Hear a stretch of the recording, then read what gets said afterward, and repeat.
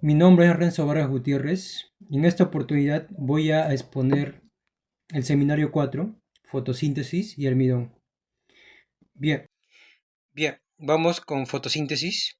Proviene de dos palabras, foto, luz, síntesis, creación o formación. ¿De acuerdo? Bien, entonces la fotosíntesis se basa en el principio de convertir la fuerza luminosa en fuerza química. Bien, entonces este proceso químico es fundamental para las plantas, para las algas y para algunas bacterias que van a formar justamente su alimento, carbohidratos, específicamente glucosa, a partir de elementos como el agua, dióxido de carbono y liberar oxígeno y por ahí algunos elementos más. Recordemos también que la fotosíntesis se da en dos tipos. Una que libera oxígeno, que se llama oxigénica, y la otra que no libera oxígeno, que se llama justamente anoxigénica. Un ejemplo de la anoxigénica sería las bacterias púrpuras, que bueno, hacen fotosíntesis, pero no liberan oxígeno. Bien, entonces el órgano donde se va a dar la fotosíntesis va a ser una que tiene gran extensión para justamente captar la luz. Esta es la hoja. Dentro de la hoja vamos a encontrar células empalacitadas. Las células empalacitadas van a formar un tejido llamado tejido parénquima. El tejido parénquima es la gran extensión donde va a capturar la luz. Bien, en la célula empalacitadas, ya, como toda célula, tiene diversos organelos, pero el más importante es el cloroplasto. Aquí es donde se va a dar la fotosíntesis. ¿De acuerdo? Ahora vamos a ver de más cerca el cloroplasto. El cloroplasto tiene una doble membrana, interna y externa.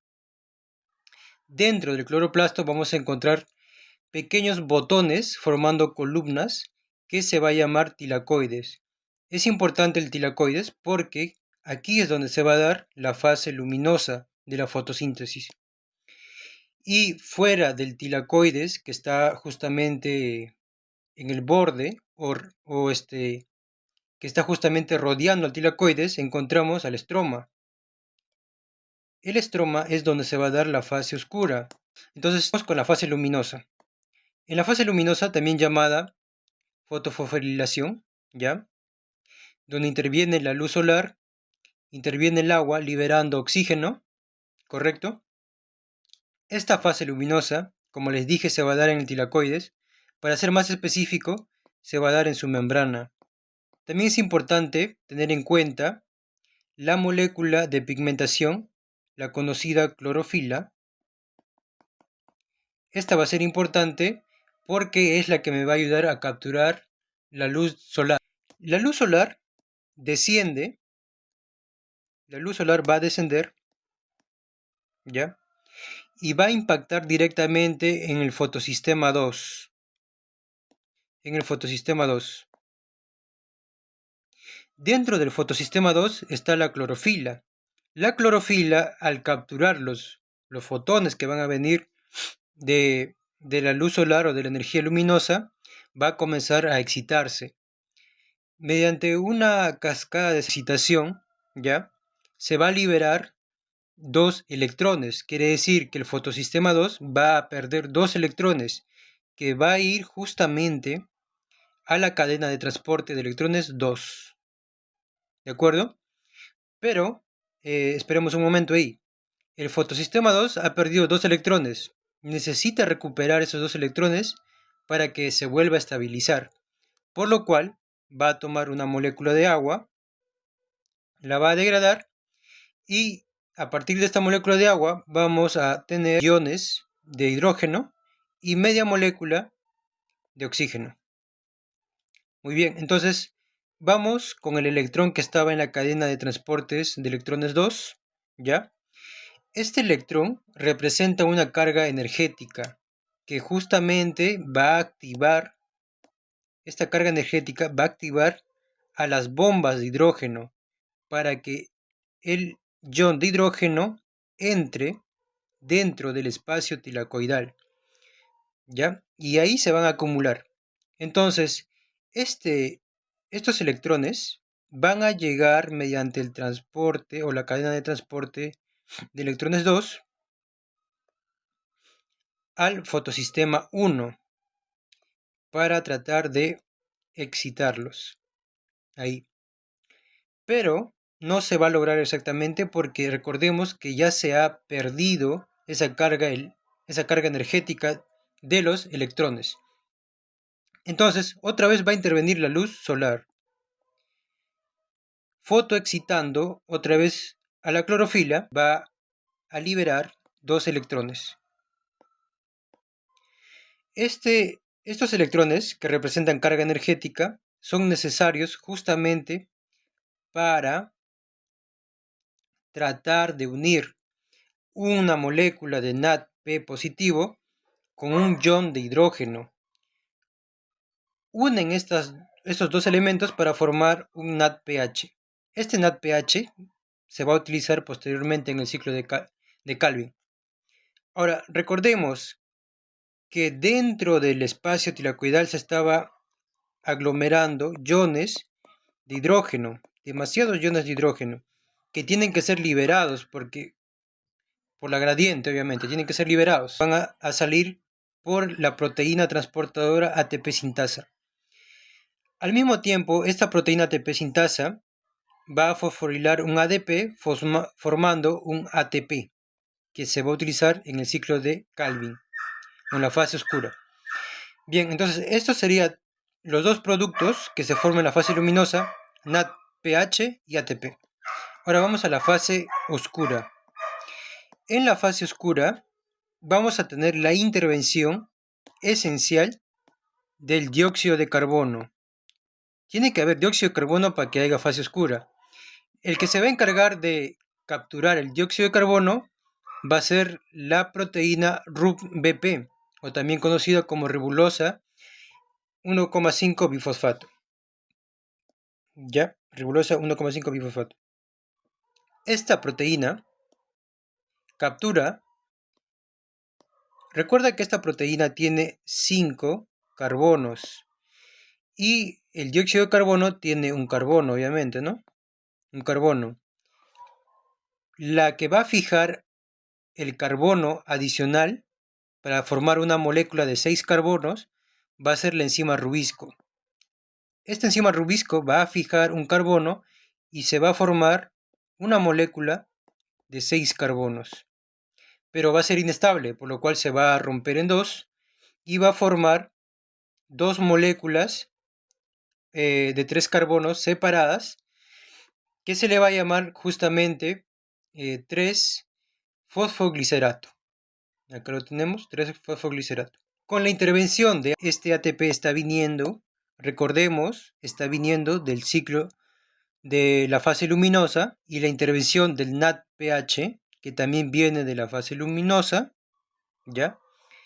Vamos a formar glicerol 3-fosfato, tiene 3 carbonos. Vamos a comenzar con 3 moléculas de dióxido de carbono, 3 moléculas de ribulosa 1,5 bifosfato, para formar 6 moléculas, porque recordemos que forma 3 moléculas de 6 carbono, pero estas se parten, y vamos a formar 6 moléculas de 3-fosfoglicerato.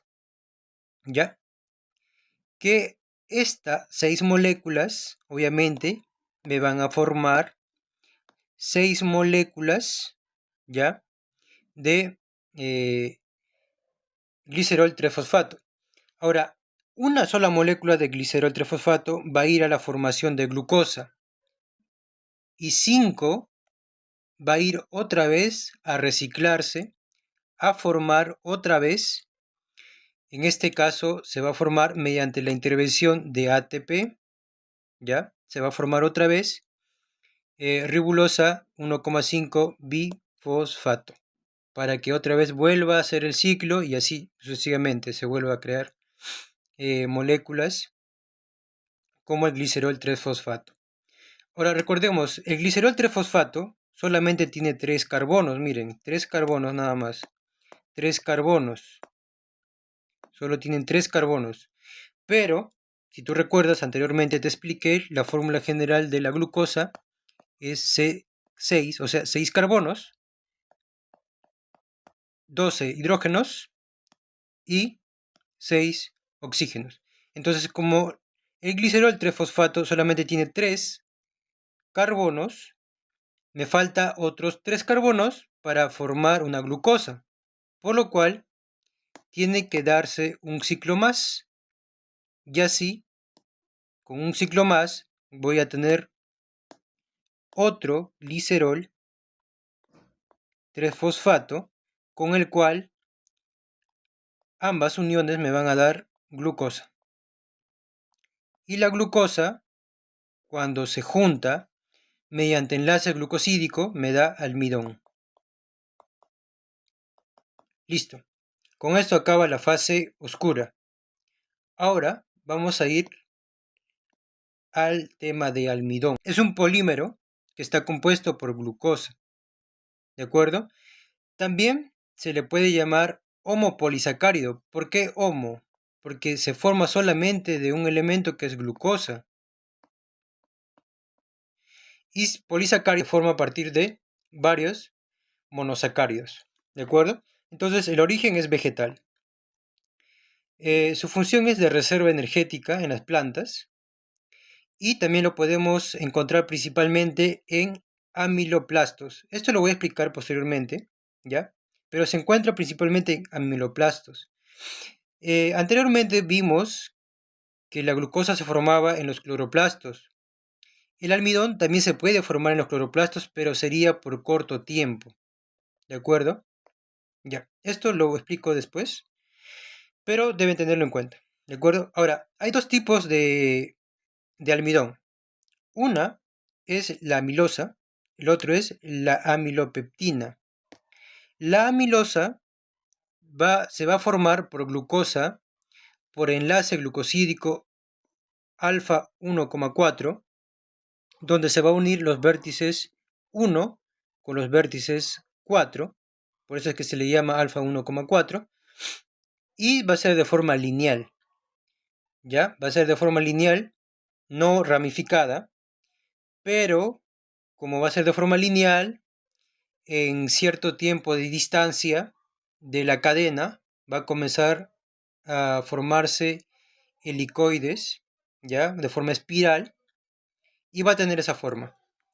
Ahora, como dato extra, ya esta forma es soluble en agua caliente, mientras que la amilopeptina, ya, va a ser de forma lineal, pero va a comenzar a ramificarse.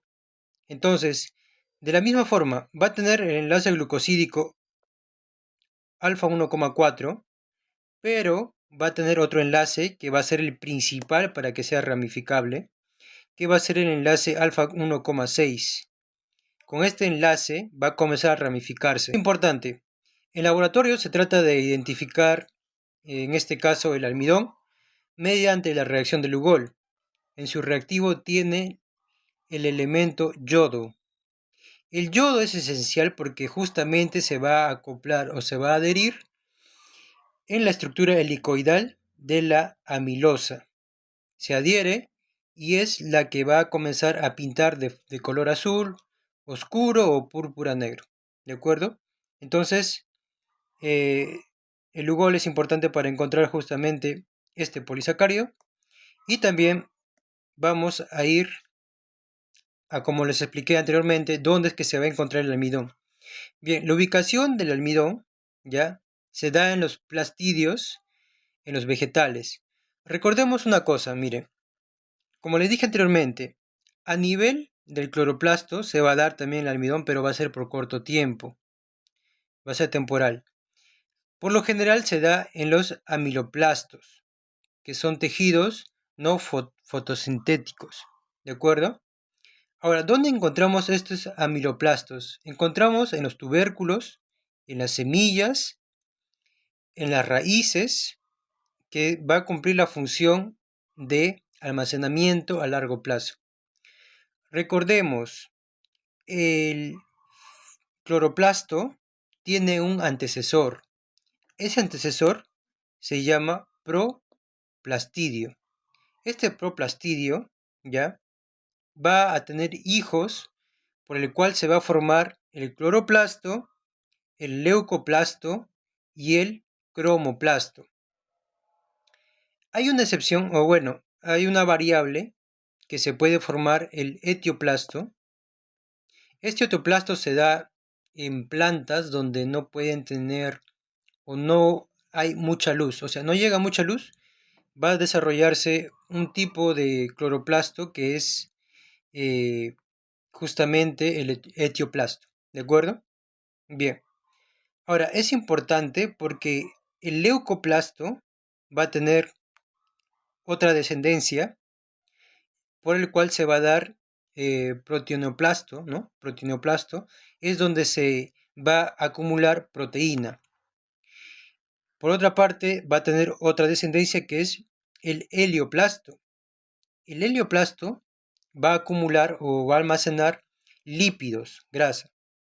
Por ejemplo, la semilla de girasol, ¿no? Cuando tú trituras la semilla de girasol, bota un aceite. Justamente es donde se acumulan los lípidos. Y por último, el amiloplasto, justamente es acá donde se junta o se almacena, en este caso, el almidón. ¿De acuerdo? Esto es para resumir más que todo la línea que va a tener, en este caso, el amiloplasto, que va a ser esencial, donde se va a unir o donde se va a juntar generalmente el almidón. Bien. Por último, tenemos la síntesis del almidón con el producto de G3P, glicerol 3-fosfato. Recuerdan que tenía tres carbonos, este glicerol, y que tenía que darse otro ciclo de Calvin para que forme la glucosa. De acuerdo, entonces este glicerol trifosfato, ¿ya?, con la ayuda de una enzima llamada endolasa, va a formar fructosa 1,6 bifosfato. Esta molécula de fructosa 6-fosfato va a ir a formarse glucosa 6-fosfato con la ayuda de la enzima fosfoglucosa isomerasa. Esta glucosa 6-fosfato, con la ayuda de la enzima fosfoglucosa mutasa, va a formarse la glucosa 1-fosfato. Y esta, con la intervención de otra enzima, ADP glupirofasa, ¿ya? Con la intervención de la ATP, formando ADP, vamos a tener como resultado una molécula de ADP glucosa, ¿ya? Esta, con la intervención, por último, del almidón sin tasa, nos va a dar como resultado almidón. Esto se da en el cloroplasto, pero también se puede dar, como ya les dije, ¿no?, en el amiloplasto. Y generalmente el amiloplasto es para reunir, almacenar almidón, ¿ya? Este en el cloroplasto se da de forma temporal. En el amiloplasto se da de forma más larga, más prolongada. Eso sería todo. Muchas gracias.